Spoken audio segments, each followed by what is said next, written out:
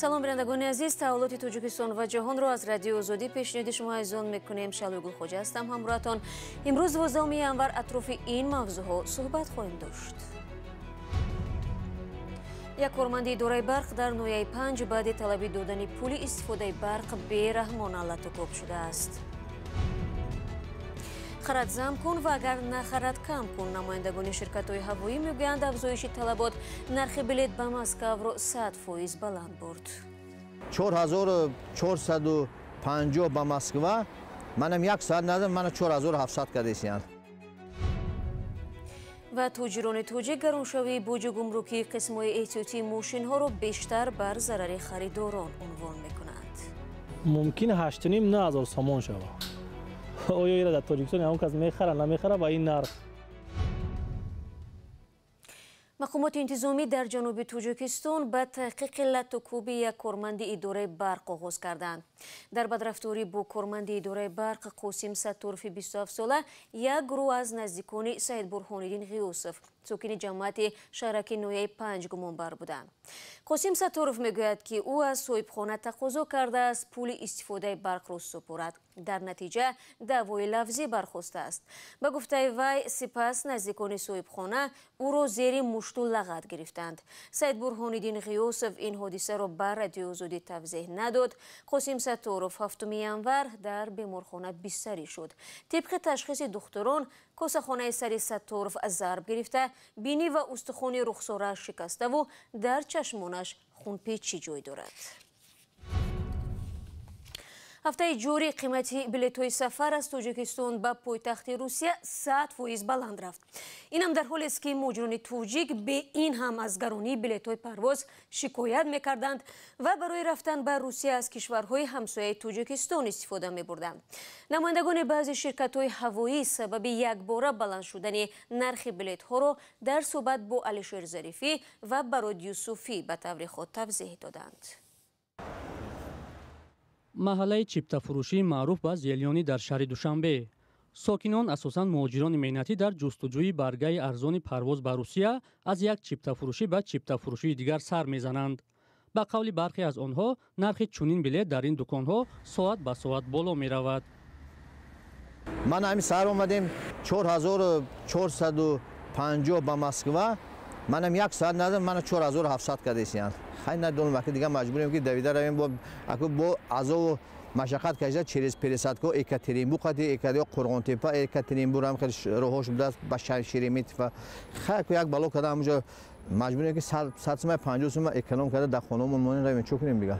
дар чиптафурӯшиҳо мегӯянд ба онҳо сабаби қимат шудани чиптаи парвоз ба Русия дар чанд рӯзи охирро шарҳ надодаанд. ба қавли онҳо нархи чиптаҳоро ҳам ширкатҳои русӣ ва ҳам тоҷикистонӣ боло бурдаанд.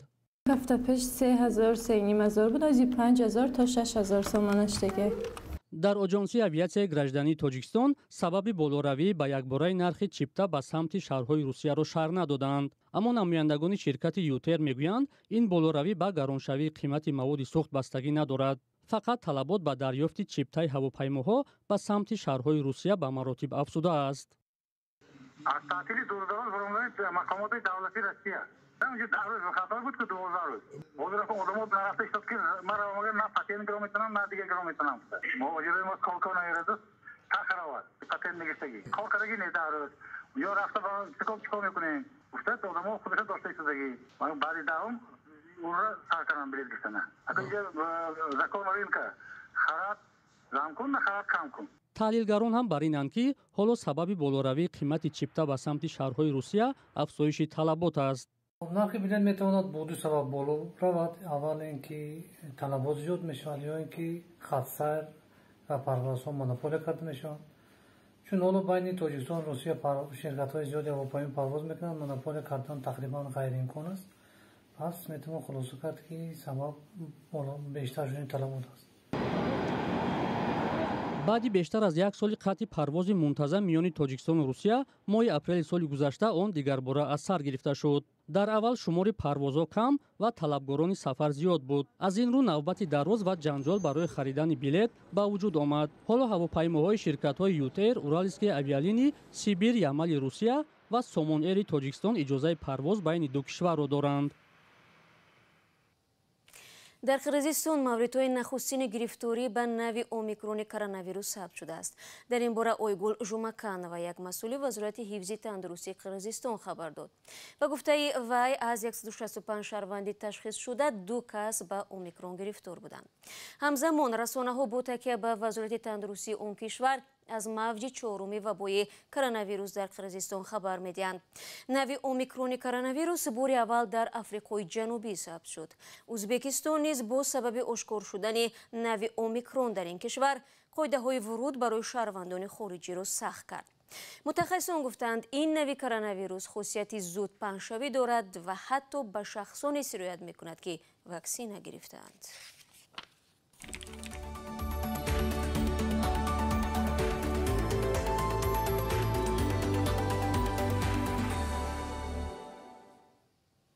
برنامه اخبار آزادی را ادامه میدیم. گروهی از تاجران و صاحبکاران تاجیک که به انتقال قسم‌های احتیاطی و وسیله‌های نقلیات از خارج به کشور مشغولند می‌خواهند نرخنامه نوع خدمات گمرک در مورد باج گمرکی بازبینی شود. آنها میگویند تا 90% بالا رفتن باج گمرکی از واردات قسم‌های احتیاطی میتواند باعث قطع کار آنها شود. تاجران خواهان صحبت حضوری با سردار خدمات گمرکی تاجیکستان شدند. علیشیر ظریفی و براد یوسفی گزارش می‌دهند. در تاجیکستان از آغاز سال 2022 باج گمرکی قسم‌های احتیاطی ماشین‌ها 90% بالا رفت. تاجرانی که با کشور این ابزار را وارد می‌کنند میگویند سبب یکباره زیاد شدن باج گمرکی را نمی‌دانند و خواستار شرح خدمات گمرک شدند. تو این تغییر آنها برای با کشور وارد کردن 1 تن مال مذکور $900 آمریکایی پرداخت می‌کردند، ولی اکنون خدمات با ارسال نامه آگاه کرده است که از سال نو برای همین مقدار قسم‌های احتیاطی باید $1600 باج گمرکی دهند. تاجران میگویند این افزایش به بالا رفتن نرخ قسم‌های احتیاطی سبب می‌شود. یعنی که نمی یک موتور باز ما 6500 سومان می‌فروشیم. اگر باج گمرکیش بلند شود ممکن 8,500 سومان شود. آیا اینا در تاجیکستان اون کس میخره نمیخره با این نرخ؟ کمت کنه ضرر میشود، کیسه و عائله و ضرر میشود، کم بغلی میاد، دولت به ضرر میشود. برای که این مالا میشتن کم کم میخریم ما. در نسخه سند خدمات گمرک تاجیکستان باج گمرکی 5 نامگوی مال و محصولات از $900,000 قبلی تا به $1600 بالا معین شده است. در توضیح این دستور نوشته شده است که این اقدام به خاطر پیشگیری نمودن از پرداخت باج گمرکی و اندازها و اینچنین نادرست ارزیابی کردن ارزش گمرکی مالها است. خدمات گمرک تاجیکستان تا لحظه آماده شدن گزارش با وجود ارسال نامه سبب به طور قابل ملاحظه بالا بردن قیمت باج گمرکی برای قسم‌های احتیاطی را شرح نداد. گران شدن باج گمرکی به گفته کارشناسان به بودجه دولت نیز زیان می‌آورد، زیرا کم شدن قدرت خریداری مردم از یک سو و از سوی دیگر کاهش واردات قسم‌های احتیاطی درآمد بودجه را کم و میزان رشوه را در این بخش زیاد می‌کند. البته همون صاحبکار برای اون که اینقدر باج گمرک رو زیاد نسپارد مجبور میشد باز یک معامله غیر قانونی با مسئولین دولتی بیاید و در نتیجه با روی رشوه با دستکشی از درآمد بودجه دولتی با مقصد به هدف غرضناک خود برسد. اکثریت قسم‌های احتیاطی ماشین‌ها را در تاجیکستان حدود 20 نفر صاحبکاران عمده فروش از کشورهای اروپا خصوصا آلمان وارد می‌کنند. بیشتری مال وارد شده دست دوم است، اما مشتریان در تاجیکستان مال کهنه آلمان را از مال چین بهتر می‌دانند. در تاجیکستان قشر میانه حال و کم بضاعت بیشتر ماشین اوپل می‌خرند. این ماشین‌های ساخت آلمان هرچند خیلی کهنه‌اند و فرق از ماشین‌های ساخت روسی، لادا، گاز و مسکویچ راحت و کم خرج و دیرپای شمرده می‌شوند. رو می‌آورم به موضوعهای دیگر. تنقیدی ساحه معارف از زبان رئیس جمهوری تاجیکستان امامعلی رحمان در ماه گذشته مشکلات مربوط به این بخش را باری دیگر برملا کرد. کارشناسان میگویند این رشته به یک اصلاحات سراسری و بنیادی نیاز دارد که از بازنشر کتاب‌های درسی تا افزایش معاش آموزگار را فرا بگیرد. برخی همچنین به تغییر شیوه تعلیم در دانشگاه‌ها اشاره میکنند. موضوع را مولا رجب یوسفی و نگاره فضل‌الدین پیگیری کردند.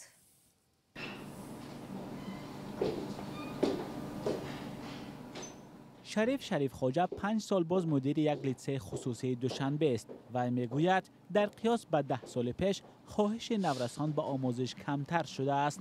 او این را به چند عامل ربط می‌دهد. در جامعه یکی از عامل‌های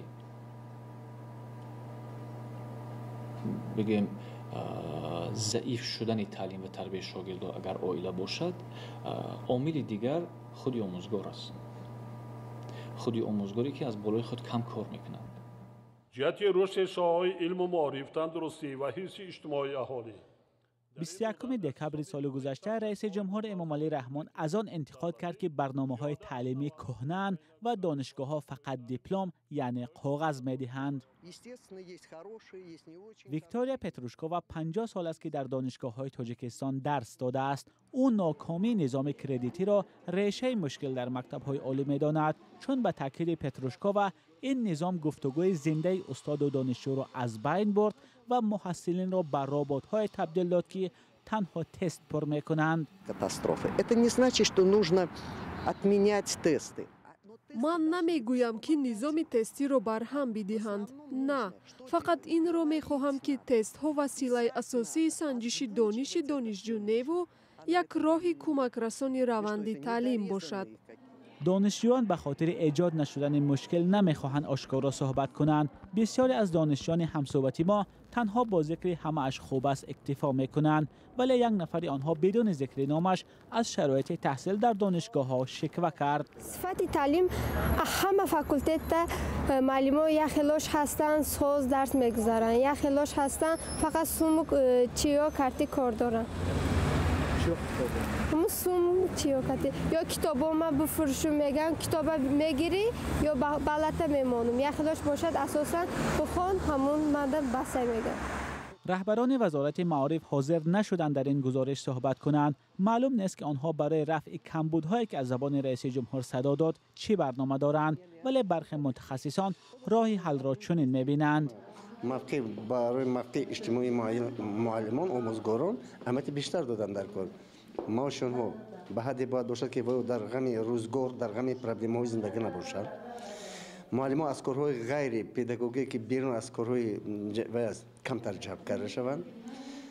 دستگیری معلمان در تاجیکستان نزدیک 4000 مکتب است که در آنها بیش از 2 میلیون خواننده تحصیل می‌کنند. شماره دانشگاه و دانشکده‌ها 41 عدد میباشد که در آنها حدود 250,000 نفر علم می‌آموزند. سالهای پیش نیز تنقیدها از سطح تعلیم و تدریس در کشور زیاد صدا می‌داد، اما مقامات نه همه آنها را قبول داشتند. تعلیم خوب می‌تواند شخص را تغییر دهد و آموزگاری خوب می‌تواند دنیا را تغییر دهد. با باور متخصصان تا در تفکر اکثریت در تاجیکستان این نکته جا نشود ما معارف بهتر نخواهیم داشت. مولا رجب یوسفی، نگاره فضل‌الدین، آزادی، دوشنبه.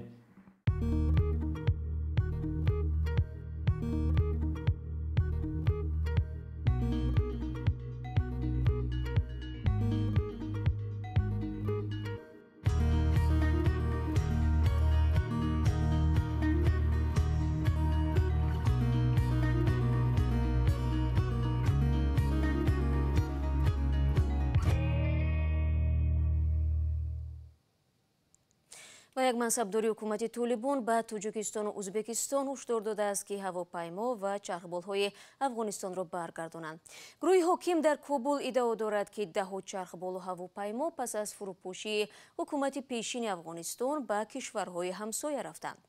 مقامات تاجیکستان و ازبکستان ماه اوگوست سال 2021 آمدن نظامیان و خلبان‌های افغان را تصدیق کردند، ولی درباره چرخبال و هواپیماها اطلاعی پورا ندادند. رانندگان عزیز، این مطلب آخر برنامه امروز بود. تشکر از شما برای همراهی. خبرگزاری‌های دیگر را چون همیشه میتوانید در سامانه رادیو آزادی زیر نشانی www.azadi.org بخوانید. گزارش‌های ویدیویی در آزادی ویدیو یوتیوب است. فردا من شما را در برنامه سرخط رویدادها منتظرم. خود را احتیاط کنید و خدا نگهدارتان.